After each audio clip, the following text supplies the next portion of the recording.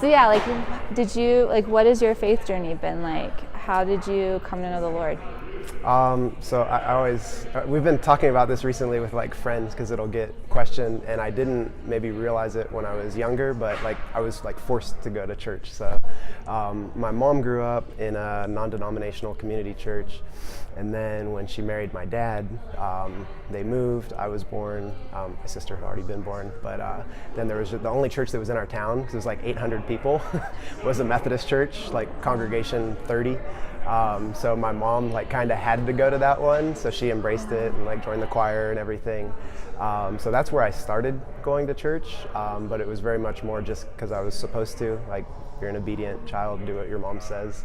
My dad didn't go to church, so it's kind of cool how two things can be rooted in like opposites. So I would go to church with my mom, but I was like envious of my dad because it was Sunday, so like he'd be at home watching football. I'm like, I want to stay home and watch football.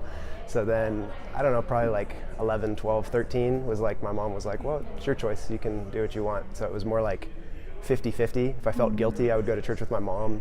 If it looked like my dad was doing something cooler, I would stay home and do stuff with him. So I wouldn't say that I really like came into my faith at all at that point. It was just kind of being rooted. So, you know, God has his way of planting things into you. And then when I was about 14, my dad left, which was, I guess, could be like a big issue. And it was to some extent. But what was cool was I got to witness firsthand how my mom got through it. So it didn't, I mean, it was horrible for her, and it was very difficult, but she was able to go back to her old church. So we moved back to the town that she grew up in. She went to her original church where she felt more comfortable, and it was kind of like she never missed a beat. So, I mean, she was going through crazy stuff, like the house was foreclosed on, her car got repossessed, like she got all these random, it was a crazy story. But through all of it, it just actually brought her closer to God. And there was a little period of time where like maybe like a month where she didn't feel like going to church and she just stayed home. But even in that, like kind of like that darkest moment is where you kind of dig deeper and deeper and deeper. And even at the time, I don't know that I was noticing it, but it was all having an impact. And I basically just would go to church with her to support her. Because I was like, all right, I should be with my mom. And I would say that was like 14, 15. That's where like the personal relationship was starting to happen. So I was at least having dialogues and talking to God and being more curious.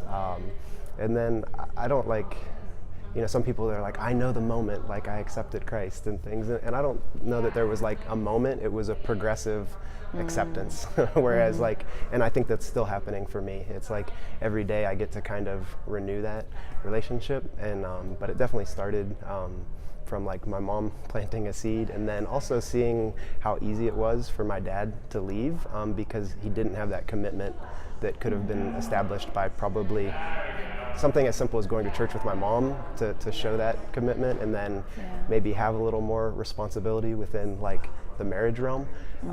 So that's it's planted some interesting seeds and food for thought for me, but that's definitely where it started, and then it's still developing. So that's that. How did you get through that time? Because it had a huge impact on your mom, but I can't imagine the impact it was having on you. I always, when I talk to like friends or if anybody, you know, it comes up in conversation, I say I was a good responder. I was generally always a pretty good kid, good in school, liked sports, and for me it was just an opportunity to step up, I guess. So he left. My mom was under a lot of stress, so my just thought process was do something to make it less stressful. I was used to working on farms and things when I was a little kid, so I was like, all right, I'll get a job, then my mom doesn't have to worry about giving me money. So I got a job at a local horse farm, and I worked there forever. It was, to me, it was like, it's kind of any situation. Like, the situation is what it is. How you respond is completely up to you. So you can either make it horrible and more horrible, or you can find a way to make it better. And mine was, well, this is a good opportunity to kind of step up and do things. I don't, like, I really don't remember like being that upset. It was more like a practical, like, what are you gonna do? So I think it was good, and I'm sure, and I guess I was fortunate and unfortunate enough to go to grad school to be a counselor. So when you start looking back at some of your reactions to things, I know there were things like that I did, like with like some issues with male authority and things where I would kind of stray away from maybe people that were trying to give me helpful advice. I would want to be like, I know how to do it, I can handle it. But in the same sense, that's also, being however many, what was that? 16, almost 18 years removed from that situation. Like I still use that as a reminder of like how to draw closer to God. And I don't even think I knew I was doing that at the time. It was more that He was drawing me closer to Him. You don't realize what you're doing, but that's the fun thing about getting older and wiser, and you have things to look back on, and those are your learning points, and those are your frames of reference, and then they help you get through different situations that you're in now, or help people that you care about get through different situations that they're in. So I'm in the weirdest way possible. I'm thankful for that it happened. I'm thankful that I was able to take the steps, and I did have people around that did help me manage through those. I had there was a year where I lived with my great aunt while my mom was trying to deal with a lot of like the issues of like losing a house and losing a car and things, and I had and then I had weightlifting, which was cool. I had like just kind of started to really get into that when all those problems were happening. So I had my weightlifting coach was he was pretty assertive and definitely an alpha male, and he had actually grown up in the seminary and then had left it to be a teacher. But he would have been the last person to like let me feel bad about something. It was kind of like, oh, your dad left. All right, let's train. Like kind of like one of those deals. Okay. So that was kind of like a very matter-of-fact thing for me, and that was probably a good thing. So I was like, all right, I guess that's like what we have to do. Mm-hmm. So yeah. Wow. And so during that time is when you said you started getting into weightlifting. Yeah. Was that like kind of one of your outlets, you think? Or? Probably, because I started weightlifting when I was 11. So I would say that was still when I was really close with my dad. What was cool though was that was also exposing me to a lot of other men. So I had like an older cousin, I had my weightlifting coach, and some of the other, like I was definitely the youngest one at like our weightlifting club. So that was kind of my chance to like latch on to other male figures.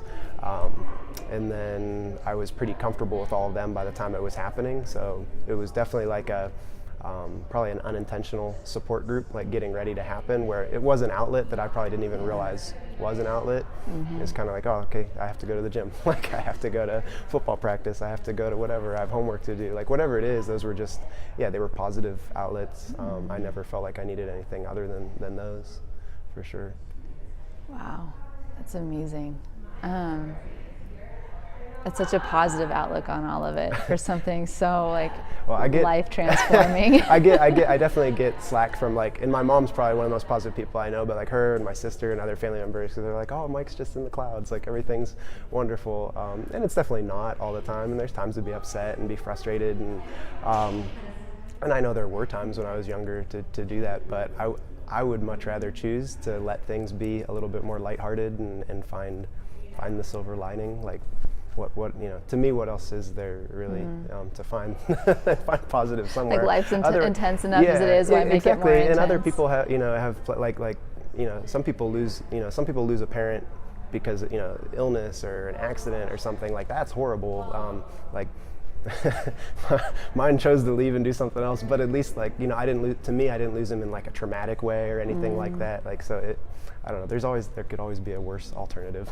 In my mind. Again, such a positive perspective on all of it. It's a perspective. I don't know. It works for me. It can be frustrating for other people sometimes, I think, but it's the one that I choose. So. Yeah. And I mean, your relationship with God is pretty intentional now, just from the things that I've observed on social media. Like you're really intentional about spending time with Him on a consistent basis. Yeah. What does that look like for you? That's something that's been like a newer development, I think, and probably maybe the year 30 is like a big year for a male Christian. I don't know. I always say 33 is going to be the big year because that's like the Christ year. That's where we're supposed to get really strong. But yeah, I've tried to get much more intentional with realizing that it's not so much even for me. It's more a dedication of like I owe God that time. Like and when I was younger and even in my 20s, and I definitely felt like strong in my faith, but it was for me. So like I would go to a church because I wanted to go there to enjoy myself or get uplifted or whatever it was. I didn't necessarily put much time into like Bible study or anything like that. It was just when it was convenient or because I wanted to, versus knowing that I'm supposed to and wanting to do it because of it being like an obligation. Like it's an act of service. It's something I'm supposed to do. So like it's kind of fun now if I like for me, my ideal day is like I just start off with a Bible study, with some journaling, with some writing, and that's just to remind myself that like my day's starting because God's allowing it to. So like I should give that back to Him. I get frustrated and I get guilty when I don't do that, whether it's because I slept in or because I didn't plan appropriately and I have to like get up and hurry and go. It's always a reminder for me that I need to refocus the next day to make sure that I allow for that time, or I put that block in, and it could be 5 minutes one day, it could be an hour, it could be whatever it is, but I've definitely I'm getting older and I'm realizing that those are more important than just kind of flowing through. Like, yeah, that intentionality is so huge. yeah, and that's and I'm fortunate, like with weightlifting and with CrossFit, and this community is just full of so many good people that are in different walks of their faith that I would say every week, every month, every year, I've met somebody that's been really instrumental in like pushing me to be better, to be stronger, to be more involved. I'm like my home church now is in St. Augustine, Florida, so it's Colonial Church. I'm maybe there 3 times a year, but that's where one of my closest friends that was like one of the biggest models in terms of like even just showing me how it can be like comfortable to just pray with another person. Like he did that one of the first times we ever met, and I was like blown away. I was like, I mean, I have the same beliefs and the same thoughts, but I've never had like another peer feel like that. And that was like empowering for me to realize that I needed to kind of level up. And then when the church started that he goes to, then I got fairly close with the pastor who moved here from Australia because he had the like vision that he needed to start a church and it's like all these things that just kind of allow you to grow and for me they actually come back into having been in weightlifting, probably having had that family experience happen that pushed me deeper into weightlifting. Thank you, Greg Glassman, for starting CrossFit, because weightlifting for me probably would have died upon like retiring from competition because there would have been nowhere else to really practice it or have it as an outlet. And now like that's all I do is wander around, and my pastor in Florida, he calls me the undercover evangelist. He's like you get to travel all around the world and like pretend that you're coaching weightlifting. He's like, but you're really finding like deeper connections and more meaning, and ultimately whatever your final purpose may be, we'll figure it out. But that's a fun thing to start realizing more and more. That's so cool. And it's really awesome how God just surprises you with people.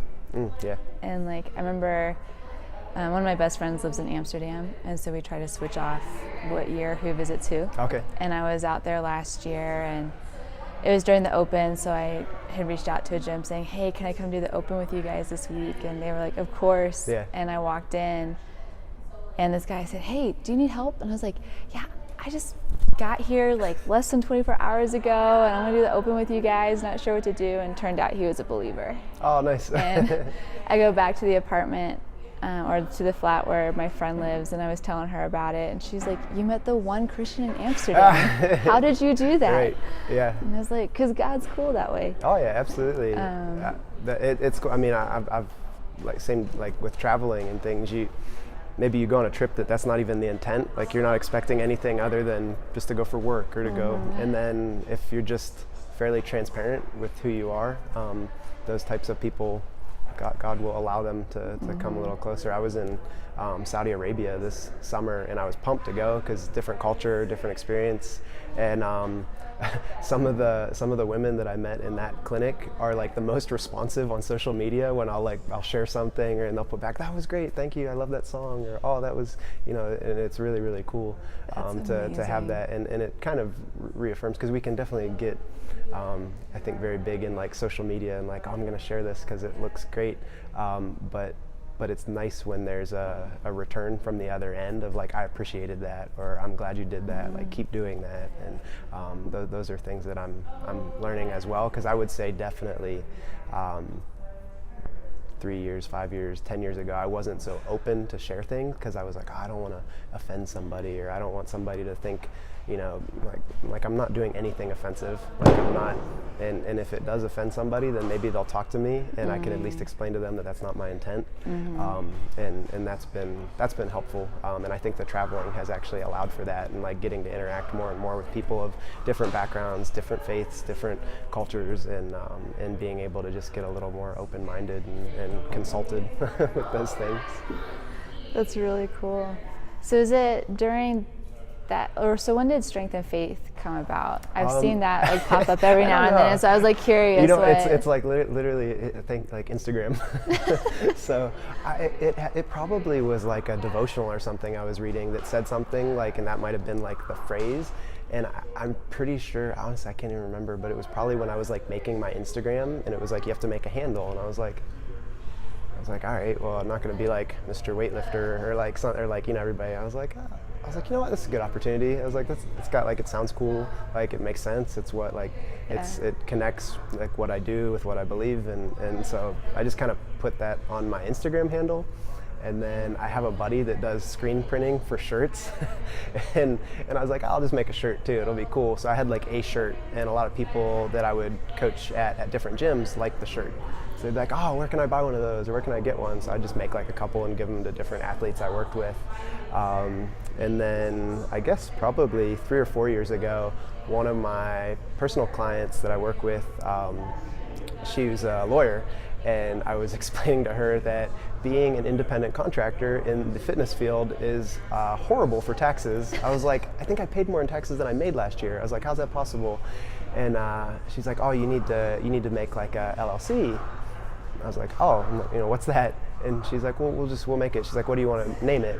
I was like, she's like, why don't you do Strength and Faith? She's like, that's your thing. She's like, that can be your company. And I was like, oh, that's awesome. So technically, like Strength and Faith is it's like, it's me, but it's my LLC. So it's kind of just all encompassing. It's like my Instagram handle. it's for tax purposes. Very cool. I'm not like a religious company or anything, so I don't get any tax breaks from it, other than like now I'm legit with like my personal business. Yeah. So that's where it came from, and it just seems to make sense, and it's kind of almost like a little daily reminder for me of like, you know, if I'm not feeling strong, where can it come from? When I am feeling exceptionally strong, whether that be, you know, mind, body, soul, anything, it's all coming from one place.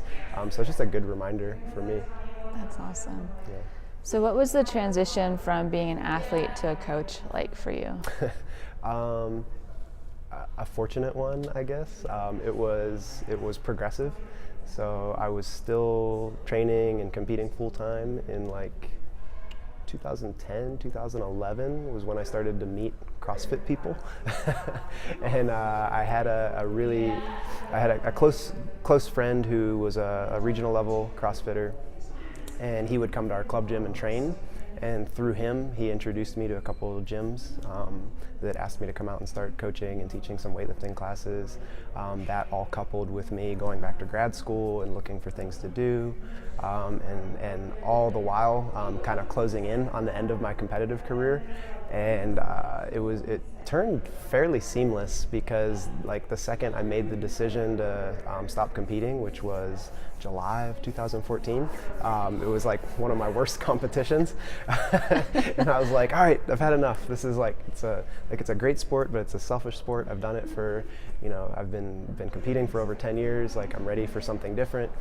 So I was able to go from like spending 6 hours a day training to 12 hours a day coaching and teaching and driving to coach and teach. And so I just kind of reabsorbed into a different focus within the same sport. So it was actually a pretty easy, because I was busy, and I was able to do something and be busy in what I liked doing. But there was still definitely a good year to 2 years where I was like still kind of training. So I was like, I still should like train, you know, maybe I want to keep competing.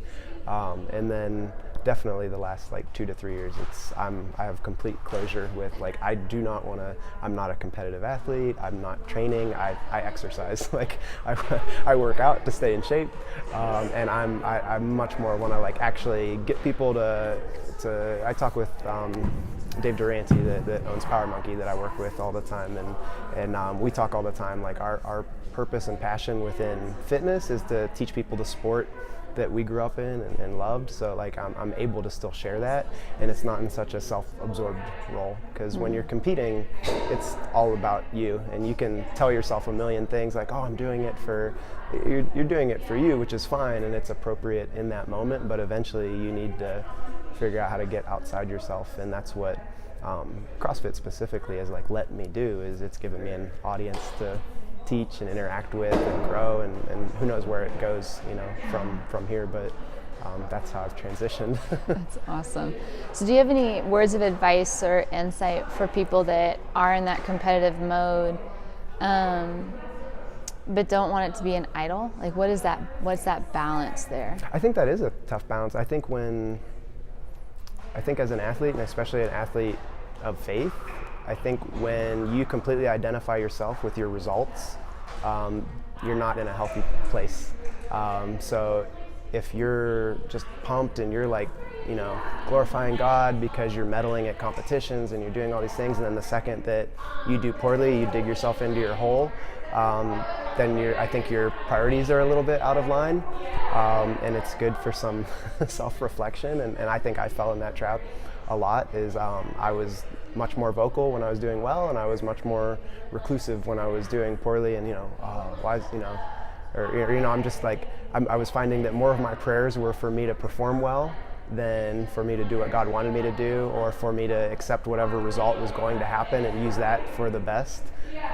So that was like, I would say, like in my personal prayer life now, I've been able to use that as a lesson, is like what intent am I praying with, and what intent did I used to pray with, and to grow, and that's I think as an athlete too, if you're not growing in your faith, then you need to figure out a way how to do that. If you can stay in your sport and still be successful and competitive, then awesome, but if you find that it's holding you back from growing holistically, then it might be time to start branching out and, you know, stepping forward. If you're just kind of running in that same spot over and over, you're not growing, and you're not really offering anything to anybody other than yourself, and through that you're kind of taking away from yourself. So that's definitely a learning experience.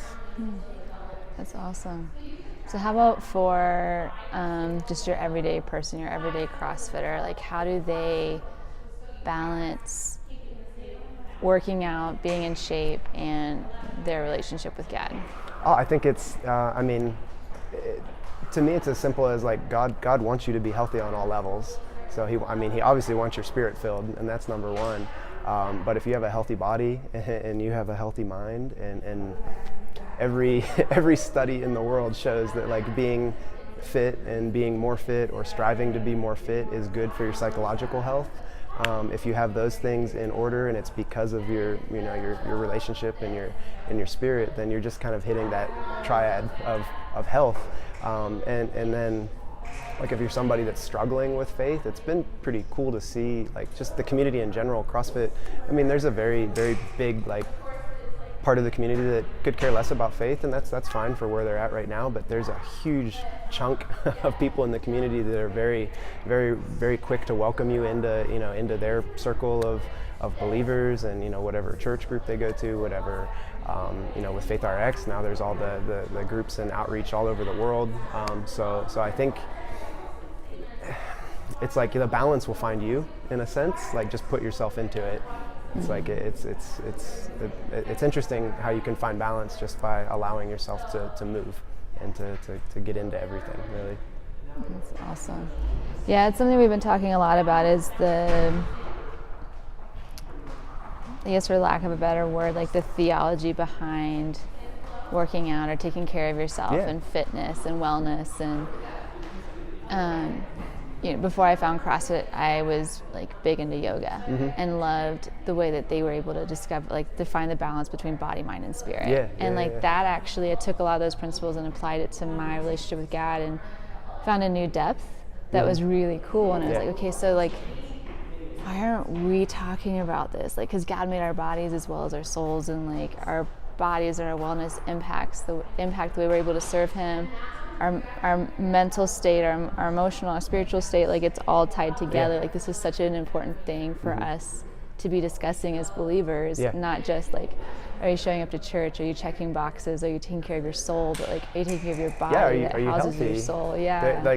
Our body's very temporary, but it was also a gift. Like, you don't, you get a really cool toy at Christmas, you don't just like start smashing it and throwing it and ignore it. You want it to last for as long as possible and be functional as long as possible. Or, you know, somebody you get a new car that's awesome. Like you are that really awesome, cool thing, and God gave it to you. So work on it as much as possible.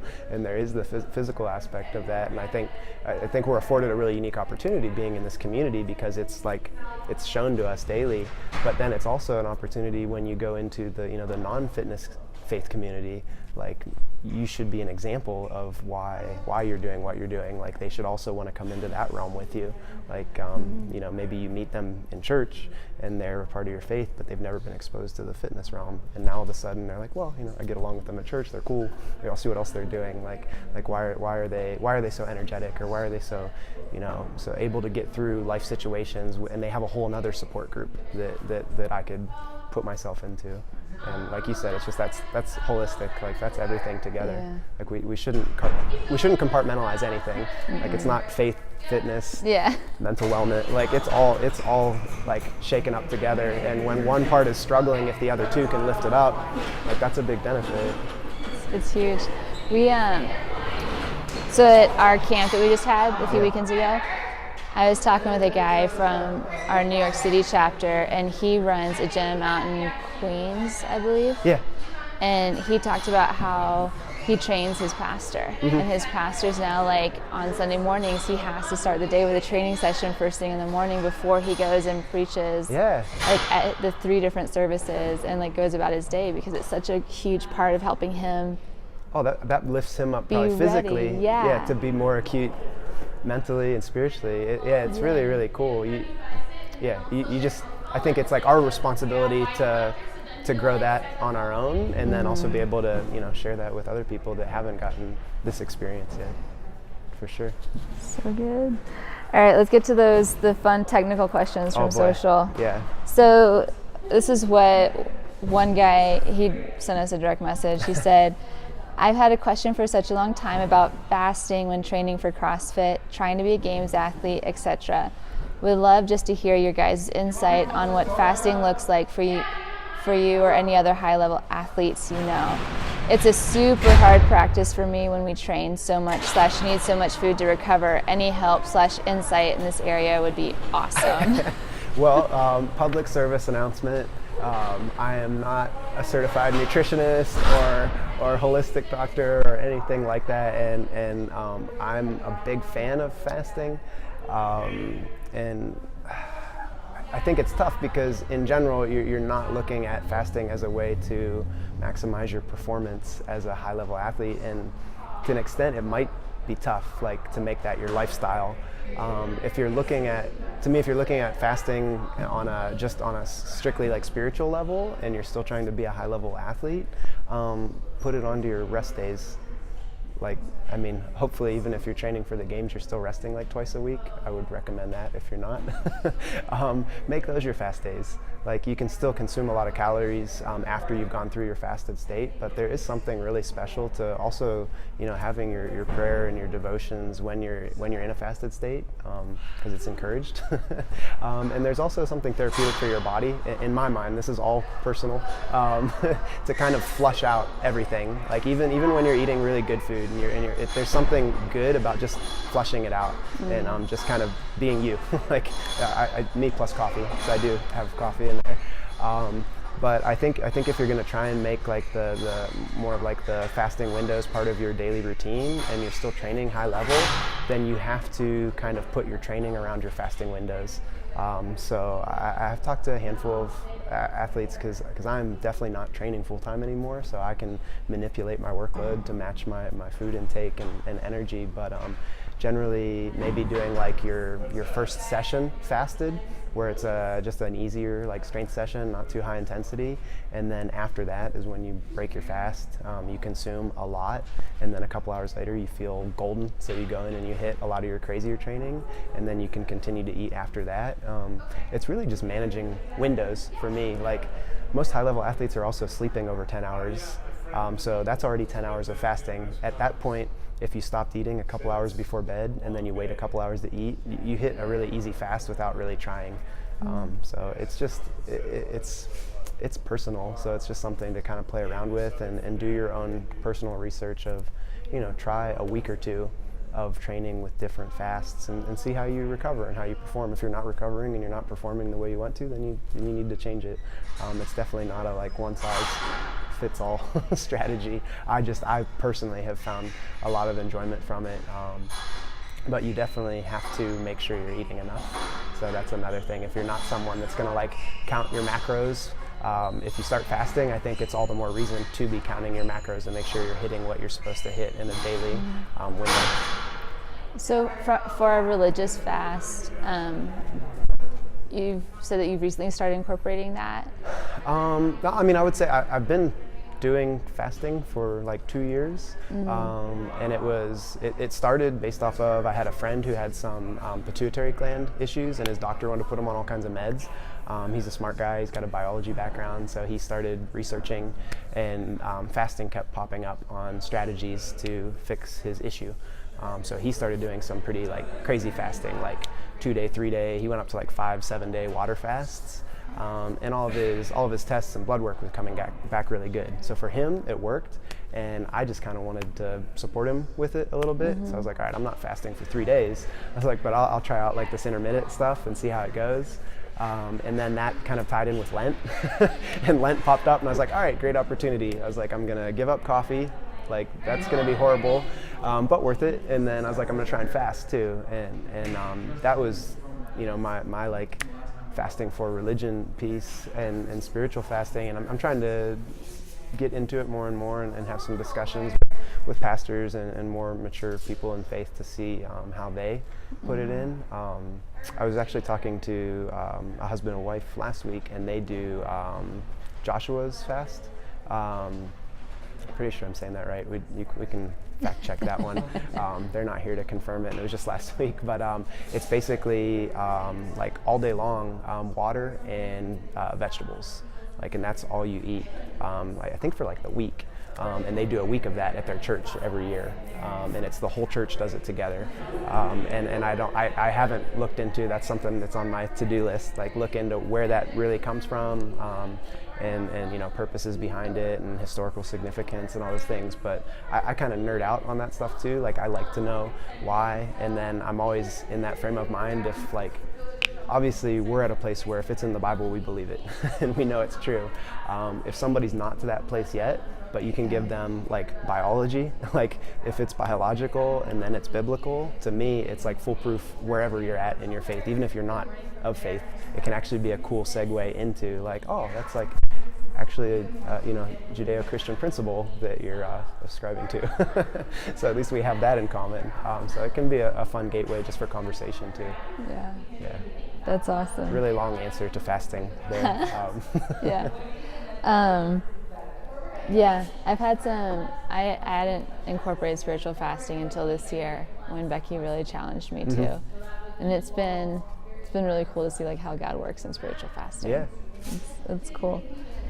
So second question, it was like very just like quick hit, but squat every day, ? Deadlift or squat more important, ? Front squat or back squat more important, ? Man. So I think I saw that question. I was on like the Instagram feed. There's no black and white answer to anything. So generally whatever you're weaker at is the one that you should be doing more of. So like traditionally, weightlifters as athletes are stronger squatters and weaker deadlifters. So like the weightlifting community on a whole usually benefits like to be healthier when they incorporate a little more like deadlifting accessory. The CrossFit community are big pullers. Like most CrossFitters can deadlift a ton, and maybe their squat is good, but by comparison, it's pretty far off from their deadlift. So like as a coach, I'm usually working to build up the squat. Squatting every day, we can go into that from there. If you're trying to build up your squat, you should do some type of squat movement every day, and most people are if they really think about it. It more turns into the quality. Like if you have good quality, you can squat with pretty solid intensity all the time. If you're limited mobility-wise, squatting every day is probably not good for you because you're going to beat yourself up. You're probably going to need a little bit more extra work in like the prehab rehab realm. But I do think the goal would be that as long as you're eating and recovering well, like you should be able to squat with some type of intensity every day, alternating between all your variations, and you should feel fine. With the front squat and the back squat, if you have a pretty nice upright vertical back squat, then you can back squat frequently and your body should recover well. If you have a tendency to lean over a lot and maybe your hips rise too fast in your back squat, front squatting a little more frequently might be good to kind of even out and get a little more quad into it versus if you're a posterior dominant athlete. Like this could be a podcast. I was like, so should we like schedule a second time that we can go over all this? We've done like we do roundtables at Power Monkey where the weightlifting coaches and the physical therapists sit together and we talk about like there's too many people think it's like this way or that way, and it's not. It's just kind of being sensical with how you do things and not being too much of like it has to be like I need to squat every day and go as heavy as I can, or you know I can squat once a week with all this volume, and it's just there's a million different ways to go about it. For me, I'm always more concerned with movement quality. It'd be the same as like, should I go to church every day and go to Bible study every day? Well, yeah, if you're getting a lot out of it, but if you're just going there to say that you're going there, then it's really not that great. You'd be better off doing it once a week and getting a lot out of it. So it's always like quality of accumulation. If you're accumulating good quality and you're getting a lot out of it, it's awesome. If you're just doing it to say you're doing it, then it's not so good. Awesome. Well, any last comments? No, insights? I don't think so. I don't Sweet. think so. I'm feeling pretty good about my rants here.